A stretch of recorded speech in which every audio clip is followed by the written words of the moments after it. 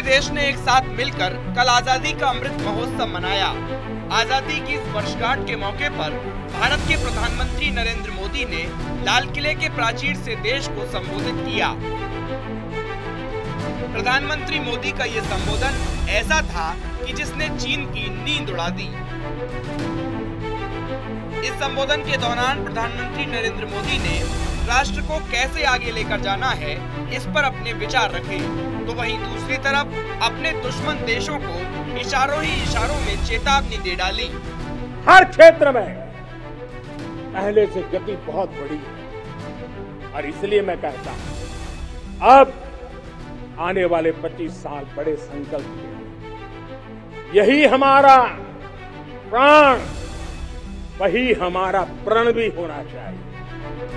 प्रधानमंत्री नरेंद्र मोदी ने इस बार जो संबोधन दिया उसमें उन्होंने किसी भी देश का नाम नहीं लिया। पीएम ने इस दौरान किसी भी देश का जिक्र तक नहीं किया, लेकिन इशारों ही इशारों में उन सभी देशों को चेतावनी दे दी जो भारत की ओर गलत निगाहें उठाते हैं।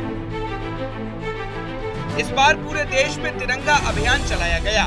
देश के विभिन्न राज्यों में लोगों ने तिरंगा फहराया, लेकिन देश को गर्व की अनुभूति तब हुई जब भारतीय सेना के सैनिकों ने दुनिया के सबसे ऊंचे युद्ध स्थल सियाचिन ग्लेशियर से लेकर सिक्किम एवं उत्तराखंड में हजारों फीट की ऊंचाई पर सैनिकों ने देश का झंडा बुलंद किया।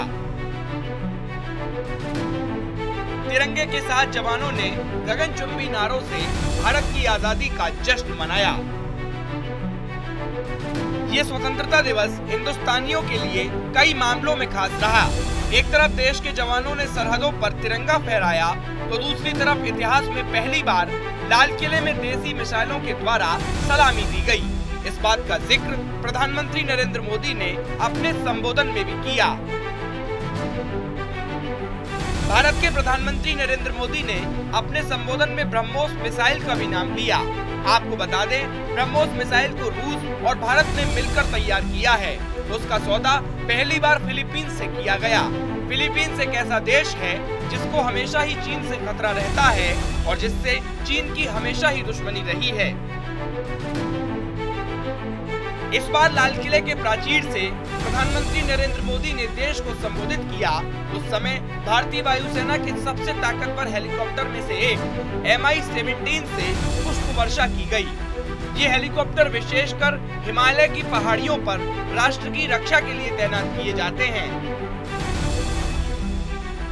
Mi-17 से पुष्प वर्षा कराने का अर्थ यही है कि भारत अपनी सीमाओं को लेकर पूरी तरह से कटिबद्ध है।